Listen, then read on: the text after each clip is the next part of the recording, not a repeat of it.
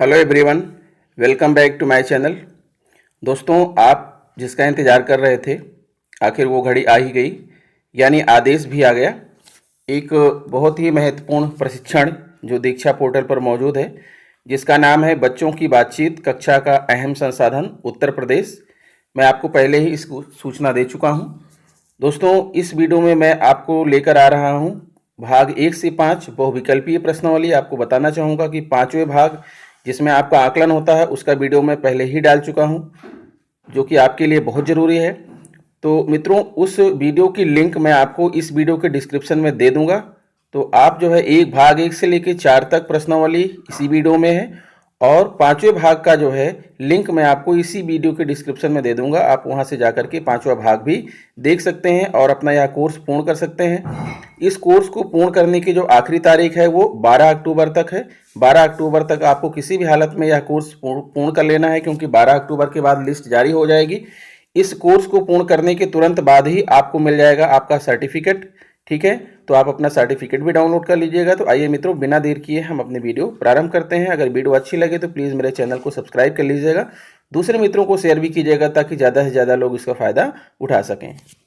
हाँ, तो दोस्तों, जैसा कि आप देख पा रहे हैं, बच्चों की बातचीत कक्षा का अहम संसाधन उत्तर प्रदेश भाग 1 है, बच्चों की बातचीत के लाभ। मैं आपको बताना चाहूँगा कि इस वीडियो में मैंने भाग 1 से लेकर 4 तक के सभी प्रश्नों के आंसर यहाँ पर बहुविकल्पी प्रश्न लेकर के आए हैं। तो वीडियो लंबी ना हो इस वजह से मैं बहुत ज़्यादा एक्सप्लेनेशन नहीं दूंगा, फटाफट आपको जो है प्रश्न पढ़ता हूँ और उसके आंसर बताता हूँ।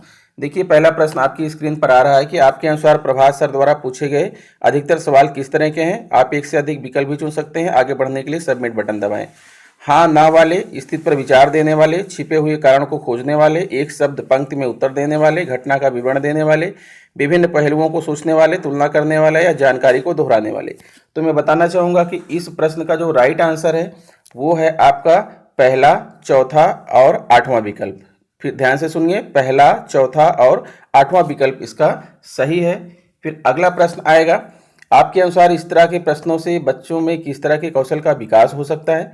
खुद को अभिव्यक्त कर पाना, पाठ के बारे में गहराई से सोचना, खुद को पात्रों की जगह रखकर देखना, पाठ में आई जानकारी को दोहरा पाना, पाठ को असल जिंदगी से जोड़ना और प्रश्नों के उत्तर पाठ में ढूंढना। तो इस प्रश्न का जो सही जवाब है मित्रों, वो आपको जैसा यहाँ पर दिख रहा है, विकल्प नंबर 4 और 6 सही हैं। विकल्प नंबर 4 और 6 सही हैं। फिर अगला प्रश्न आपके पास आ रहा है, आप देख सकते हैं इस प्रश्न में क्या है। प्रभात सर के पढ़ाने का तरीका आम है। सबसे अहम बात है कि प्रभात सर पाठ अच्छी तरह पढ़ाते हैं। बच्चे शिक्षक को ध्यान से सुनकर ही सबसे अच्छा सीख सकते हैं। बच्चों को भी बोलने के और अपने आप को अभिव्यक्त करने के अवसर मिलने चाहिए। तो इस प्रश्न का जो जवाब होगा वो पहला आंसर आपका जो है सही है कि प्रभात सर के पढ़ाने का तरीका आम है। ठीक है, पहला विकल्प इसका सही है। अगला प्रश्न है, देख सकते हैं आपकी स्क्रीन पर, शायद इस तरीके से पढ़ाने के पीछे प्रभात सर की सोच हो सकती है कि शिक्षक को ही सब पता है और पढ़ाना उसकी ही जिम्मेदारी है। बातचीत ध्यान भटकाती है और बच्चे केंद्रित फोकस होकर नहीं पढ़ पाते हैं। बातचीत में समय बर्बाद करने से कोर्स पूरा नहीं हो पाता है। शिक्षक का काम है समझना, बताना, बोलना और बच्चों का काम सुनना, समझना, दोहराना। बोलना सुनना बचपन से होता है, ये कक्षा में सिर्फ जरूरत पर ही शामिल होने चाहिए। तो अब इसके लिए 4 प्रश्न हैं। पूरी तरह सहमत हूँ, काफ़ी हद तक सहमत हूँ, थोड़ा हाँ और थोड़ा ना, बिल्कुल भी सहमत नहीं हूँ। तो ये आपके इंडिविजुअल है जो है, इसका इस प्रश्न का जवाब आप अपने हिसाब से दे सकते हैं। तो मैंने तो इस विकल्प दिया है इसका चौथा विकल्प, बिल्कुल भी सहमत नहीं हूँ, इस प्रश्न का चौथा विकल्प। फिर आगे बढ़ते हैं और अगला प्रश्न आपको दिख रहा है यहाँ पर, इस वीडियो में बच्चों की बातचीत के बारे में क्या कहना सही रहेगा। बच्चे व शिक्षक गर्मी की छुट्टी के बारे में चर्चा कर रहे हैं। बच्चे अपने विचारों को खुलकर व्यक्त करने की कोशिश कर रहे हैं। बच्चे अपने साथियों से अनुभव और बातों को ध्यान से सुन रहे हैं। शिक्षक पढ़ाए गए किसी विषय पर वर्णन कर रहे हैं। बच्चे पहले पढ़े गए किसी पाठ को दोहरा रहे हैं। तो इस प्रश्न का जो राइट आंसर है, आप देख सकते हैं यहाँ पर विकल्प नंबर 2 और विकल्प नंबर 3 जो है इस प्रश्न का सही जवाब है। फिर अगला प्रश्न लेते हैं। देखिए, जानिए और चुनिए, कब बच्चे खुश और विश्वास से भरा महसूस करते हैं। जब उन्हें खुलकर बोलने और अभिव्यक्त करने का मौका मिलता है। उन्हें आसपास बड़ों से सवाल या संदेह पूछने में डर नहीं लगता है। उनके विचारों को सराहा जाता है और अहमियत दी जाती है। जहां बच्चों को अपने साथी दोस्तों से चर्चा करने का मौका मिलता है। तो इस प्रश्न के सभी जवाब जो है सही हैं। आप देख पा रहे हैं कि इसके सारे आंसर राइट हैं। फिर उसके बाद अगला क्वेश्चन आ रहा है, सही शब्द को चित्र के साथ जोड़ने की कोशिश करिए। यहाँ पर ये जापानी भाषा के शब्द हैं और इधर चित्र बने हुए हैं, इनको जोड़ना है। तो सीधी सी बात है, इसको कोई भी नहीं जोड़ पाएगा क्योंकि जापानी भाषा तो आती नहीं है।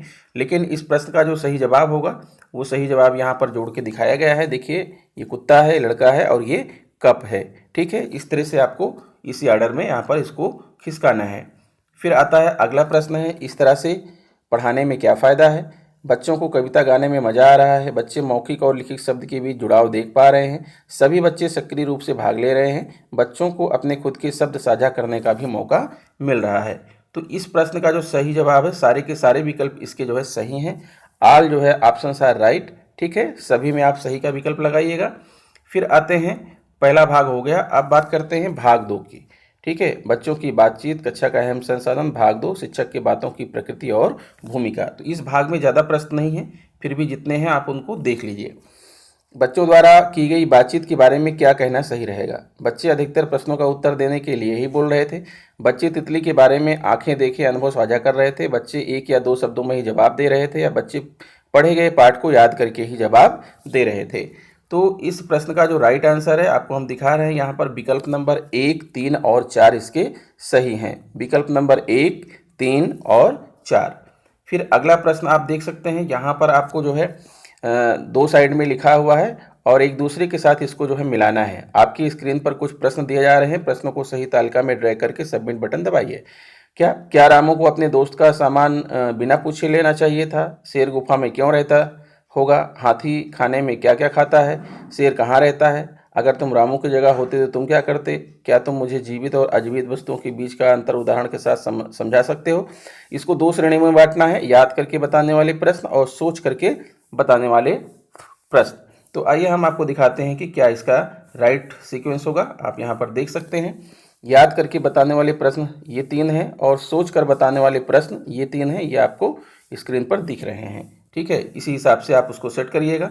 अगला प्रश्न आपके सामने है, बच्चों से पूछे जाने वाले सवाल ऐसे होने चाहिए जो बच्चों को विषय पर ज़्यादा सोचने और समझने के लिए प्रेरित करें। सीधा रटी गई जानकारियों को बताने को कहें। चुनौती प्रदान करें ताकि वह उस पर चिंतन कर सकें। खुद के उत्तर खोजने के लिए प्रेरित करें। आसान लगें और उन्हें ज़्यादा न सोचना पड़े। तो इस प्रश्न का जो सही जवाब है वो है विकल्प नंबर 1, विकल्प नंबर 3 और 4। 1, 3 और 4 में आप सही का निशान लगाइएगा, ये विकल्प आपके सही हैं। फिर यहाँ पर भाग 2 खत्म हुआ, अब आता है भाग 3, बच्चों की बातें। तो बच्चों की बातों में देखिए आपके सामने पहला प्रश्न आ रहा है, कक्षा में बच्चों द्वारा की गई बातचीत के बारे में क्या कहना सही रहेगा। शिक्षक ने किस तरह उनकी बातचीत और अभिव्यक्ति को प्रोत्साहन दिया। बच्चों को चित्र के लिए खुद की कहानी या विचार प्रस्तुत करने का मौका दिया गया। जोड़ों में हर बच्चे को अपनी बात साझा करने का मौका और समय मिल पाया। शिक्षक ने बच्चों की बातों को ध्यान से सुना, या बच्चों को अपनी साथी की कहानी साझा करने को कहा गया। तो इस प्रश्न का जो सही जवाब है वो सभी के सभी सही है। यहाँ पर ऑल ऑप्शंस आर राइट, चारों विकल्प यहाँ पर सही हैं। आगे बढ़ते हैं और अगला प्रश्न आप देख सकते हैं, बच्चों की इस तरह की बातचीत को शामिल करने के बारे में आपके क्या विचार हैं। अभिव्यक्ति से भाषा कौशल का विकास होता है। कक्षा में बेकार ही शोर होता है। एक दूसरे के अनुभवों से नया सीखने को मिलता है। कक्षा में सुनना ज़्यादा जरूरी है, घर पर बोलते ही हैं। सीखने सिखाने की प्रक्रिया अर्थपूर्ण बन पाती है। बच्चे जुड़ाव और बेहतर समझ बना पाते हैं। तो इस प्रश्न का जो सही जवाब है वो आप देख सकते हैं यहाँ पर स्क्रीन पर। आप अपने विकल्प नंबर 1, 3, 5 और 6, पहला, तीसरा, 5वां और 6ठा विकल्प जो है इस प्रश्न का सही जवाब है। फिर अगला प्रश्न लेते हैं। अगला प्रश्न है, आपके अनुसार इन दोनों उदाहरणों में शिक्षिका और बच्चों की बातचीत के बीच क्या समानता है। एक नई अवधारणा पर चर्चा हो रही है। बच्चों को अपने शब्दों में अवधारणा या विचार को व्यक्त करना है।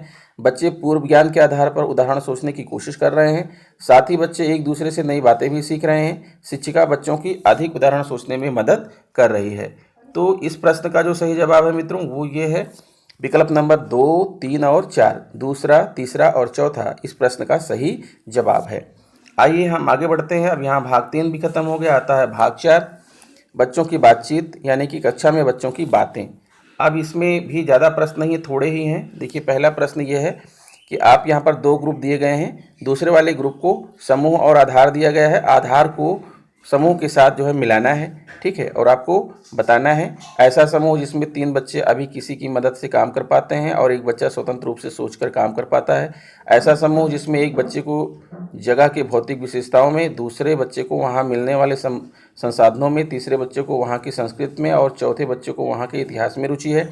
ऐसे समूह जिसमें एक समूह नए शब्दों के अर्थ ढूंढ रहा है, दूसरा समूह नए वाक्य बना रहा है, तीसरा समूह प्रश्नों के उत्तर ढूंढ रहा है। ऐसा समूह जिसको बनाने के लिए कक्षा में बच्चों को घुमाया गया और पास खड़े किन्हीं भी 4 बच्चों का एक समूह बना दिया गया। अब ये 4 समूह हैं, चारों को इनके साथ जोड़ना है। खास काम पर आधारित समूह, मिश्रित क्षमताओं पर आधारित समूह, अनियमित या बिना किसी नियम के सोचे बना समूह, मिश्रित रुचि पर आधारित समूह। अब इसका राइट आंसर यहाँ पर आप देख सकते हैं, मैंने लगा रखा है।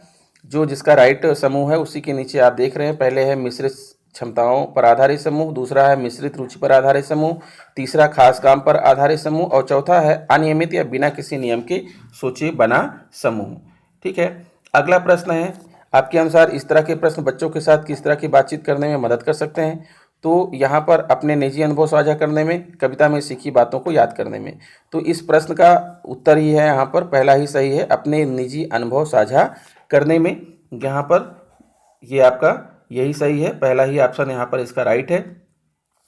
फिर अगला है, इस पाठ के शुरुआत में दिए गए बिफोर यू रीड भाग का क्या उद्देश्य है? बच्चों को अपनी कल्पना और सोच को साझा करने का मौका देना, प्रश्नों के माध्यम से पाठ के विषय पर बच्चों को चर्चा करने का अवसर देना, कहानी के संदर्भ से पहचान कराना, पाठ में बच्चों की रुचि जगाना। तो इस प्रश्न का जो राइट जवाब है, आप देख रहे हैं कि चारों के चारों विकल्प इसके सही हैं, ऑल ऑप्शंस आर राइट यहाँ पर। ठीक है, पहला, दूसरा, तीसरा, चौथा सभी विकल्प सही हैं। फिर अगला प्रश्न आपकी स्क्रीन पर है, कक्षा में छोटे समूहों पर इन प्रश्नों पर चर्चा कराने से क्या लाभ होगा? आप एक से ज़्यादा विकल्प चुन सकते हैं। आगे बढ़ने के लिए सबमिट बटन दबाएं। बच्चे संक्षेप करना, श्रेणी बनाना, मौजूदा जानकारी को बढ़ाना सीख पाएंगे। एक दूसरे से नई चीज़ें सीखने का अवसर मिलेगा। शिक्षक को समझाने का काम नहीं करना पड़ेगा। बच्चों को अपने अनुभव और ज्ञान साझा करने का मौका मिलेगा। शिक्षक को आराम करने का समय मिल जाएगा। तो इस प्रश्न का जो सही जवाब होगा वो है आपका विकल्प नंबर 1, 2 और 4, पहला, दूसरा और चौथा विकल्प यहाँ पर राइट है। फिर आप अगला प्रश्न देख सकते हैं, आपके अनुसार इस तरह की बातचीत से बच्चों को क्या मदद मिली होगी? आपके अपने विचार सबके साथ व्यवस्थित तरीके से साझा करना, विषय को लेकर सबको अपने विचारों से सहमत करा पाना, विषय पर एक गहरी समझ बना पाना, अपने संदेहों, शंकाओं, विचारों को बिना झिझक दबाव के टटोल पाना, बिना सोचे और ज़्यादा मेहनत किए आसानी से लेख लिख पाना, लेख लिखने के लिए जरूरी विचारों से परिचित हो पाना। तो इस प्रश्न का जो जवाब है आप देख पाएंगे यहाँ पर है, यहाँ पर देख रहे हैं कि पहला, तीसरा, चौथा और छठा ये विकल्प सही है, पहला, तीसरा, चौथा और छठा। तो दोस्तों ये वीडियो यहीं पर समाप्त होती है। मैं आपको बताऊंगा कि भाग 5 जिसके अंक जुड़ने हैं वो बहुत ही इंपॉर्टेंट है, उसके लिए मैं अलग से वीडियो बनाया हूं और उस वीडियो का लिंक इस वीडियो के डिस्क्रिप्शन में दे रहा हूं। आप डिस्क्रिप्शन में जाकर के उस वीडियो को खोल करके आप देख सकते हैं। तो आशा करता हूं कि मेरा वीडियो आपको पसंद आया होगा। अगर वीडियो पसंद है तो प्लीज़ चैनल को सब्सक्राइब कर लीजिए, बेल आइकन को प्रेस कर दीजिए और इसे दूसरे मित्रों को शेयर भी कीजिए ताकि ज़्यादा से ज़्यादा लोग जो है आसानी से इस प्रशिक्षण को पूर्ण कर सके। किसी भी प्रकार से 12 अक्टूबर के बाद प्रशिक्षण शेष नहीं रहना चाहिए। तो मिलते हैं मित्रों नेक्स्ट वीडियो में। नमस्कार।